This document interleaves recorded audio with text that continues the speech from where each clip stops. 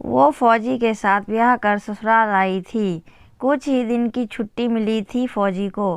फौजी जानता था कि छुट्टी खत्म होने के बाद कई महीने विरह की आग में जलना पड़ेगा, उसे भी और उसकी पत्नी को भी। लेकिन विरह की घड़ी कुछ ज़्यादा ही जल्दी आ गई। छुट्टियां रद्द कर दी गई थी। कारगिल में जंग शुरू हो चुकी थी। 10 दिन पहले ही आने का बुलावा आ गया। फौजी की पत्नी के चेहरे पर मायूसी साफ दिख रही थी। उसके नैनों की चंचलता खो गई थी। भरे सागर जैसी गहरी आंखों से पानी बस बांध तोड़कर बहने को तैयार था। फौजी ने अपनी पत्नी को आलिंगनबद्ध किया और बोला, फौजी से ब्याह किया है तूने तो मन को मजबूत तो करना ही पड़ेगा। बस तेरा पति ही नहीं हूँ, अपनी प्लाटून का सिपाही और भारत माँ का बेटा भी हूँ मैं। आंसू मत बहाना, क्योंकि जब फौजियों की बीवियों की आंखों से आंसू बहते हैं तो वो देश के देश उजाड़ जाते हैं। उसकी पत्नी ने अपने मनोभावों को नियंत्रित करते हुए कहा, जानती हूँ ज़्यादा हक तो माँ और प्लाटून का ही है, आप पर ये दुराहत तो सहना ही पड़ेगा। फौजी ने बाहों का कसा मजबूत करते हुए कहा, कैसी बात कर रही है? सबकी मांगों के सिंदूर सलामत रहे भैया दूज पर किसी बहन के आंखों में आंसू ना हो, और होई पर हर माँ खुशी से व्रत रखे, बस इसलिए ही तो फौजी सीमा पर खड़ा होता है।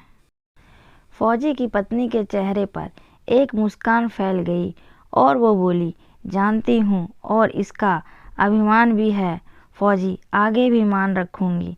फौजी ने अपनी आंखों में याचना के भाव लाते हुए कहा, कल जब मैं जाऊँ तो तू मुझे दुल्हन की तरह सजकर विदा करना। वैसे भी अभी तो तू नई नवेली दुल्हन ही है। उसकी पत्नी की मुस्कुराहट में प्रेम से भरी स्वीकृति थी। फौजी को विदा करने के लिए उसकी पत्नी ने 16 श्रृंगार किए। आज वो उस दिन से भी ज़्यादा सुंदर लग रही थी।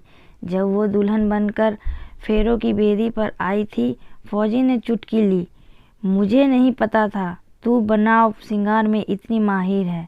आज तुझे देखकर लग रहा है कि तुझसे सुंदर कुछ नहीं। फौजी की पत्नी ने भी चुटकी ली, कही, फौजी का मन तो नहीं डोल रहा, अपनी प्लाटून से दगा करने की तो नहीं सोच रहा। फौजी, नारी ऐसा तो यो मन है ही ना, प्लाटून से दगा तो ना हो पाएगी। फौजी की पत्नी ने कहा, एक बार जीत कर आ जा, ओ अपने फौजी का स्वागत आज से भी ज़्यादा सुंदर श्रृंगार करके करेगी तेरी पत्नी, ऐसा श्रृंगार जैसा किसी ने कभी ना किया होगा। फौजी ने आश्चर्य से कहा, इससे भी ज़्यादा सुंदर हो सकता है कुछ? फौजी की पत्नी ने कहा, जीत कर वापस आना और खुद देख लेना। फौजी ने प्रेम से परिपूर्ण मुस्कान से उत्तर दिया, लेकिन कुछ नहीं बोला और मुड़कर चल दिया। फौजी की पत्नी ने अभिमान के साथ कहा, जीत कर ही आना फौजी। फौजी रुका और बिना उसकी तरफ देखे कहा, हाँ जीत कर ही आऊँगा, बस ये नहीं कह सकता कि मैं तुझे आगे बढ़कर गले से लगाऊंगा या तू मुझे आगे बढ़कर गले लगाएगी। इतना कहकर फौजी चल दिया। फौजी की पत्नी ने उत्तर दिया, जीत कर आया तो तेरी कसम सारी लोग लाज भूलकर तुझे गले से लगा लेगी तेरी पत्नी। फौजी ने चलते चलते ही हाथ हिलाकर अभिवादन किया। युद्ध चरम पर था। पता नहीं कितने घरों के चिराग अपनी आहुति दे रहे थे। इस यज्ञ में उस फौजी ने भी अपना धर्म निभाया। जो भी शत्रु उसके सामने आया वो धराशायी हो गया। जितने घाव फौजी के शरीर पर बनते थे उसका रूप उतना ही विकराल हो जाता था। काल प्रतीक्षा कर रहा उसकी पूर्णाहुति की इस राष्ट्रीय यज्ञ में, लेकिन शायद उसके विकराल स्वरूप को देखकर काल भी ठिठक गया और जब तक उस फौजी ने मोर्चा ना जीत लिया काल भी उसके निकट नहीं आया। फौजी अपने प्राणों का उत्सर्ग कर चुका था। उसका चेहरा तेजमय था। फौजी का मृत शरीर उसके घर लाया गया। ऐसा कोई नहीं था जिसके नेत्रों से अश्रुधारा ना बह रही हो। पूरे गांव को गर्व था फौजी की वीरता पर। पीढ़ियों तक उसकी वीरता के किस्से गांव का मान बढ़ाएंगे। फौजी की पत्नी आई और कपड़ा हटाकर फौजी का चेहरा देखा। चेहरे पे कुछ लगा था। उसने उसे हटाया और दोनों हाथों से वलैया लेते हुए बोली, कितनी सजती है वर्दी मेरे फौजी पर, किसी की नज़र ना लगे। फिर उसने फौजी के शरीर को अपने अंग में ले लिया। तभी एक हवा का झोंका आया और उसके कानों में फौजी की आवाज़ सुनाई दी, एक वादा तो निभा दिया पर दूसरा नहीं निभाया तूने। बोल रही थी कि ऐसा श्रृंगार करेगी जैसा किसी ने ना किया होगा, लेकिन तूने तो ना लाली लगाई ना सिंदूर।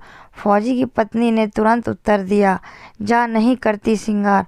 फौजी, दुराहत कर गया ना मेरे साथ, बस माँ से ही प्यार था तुझे।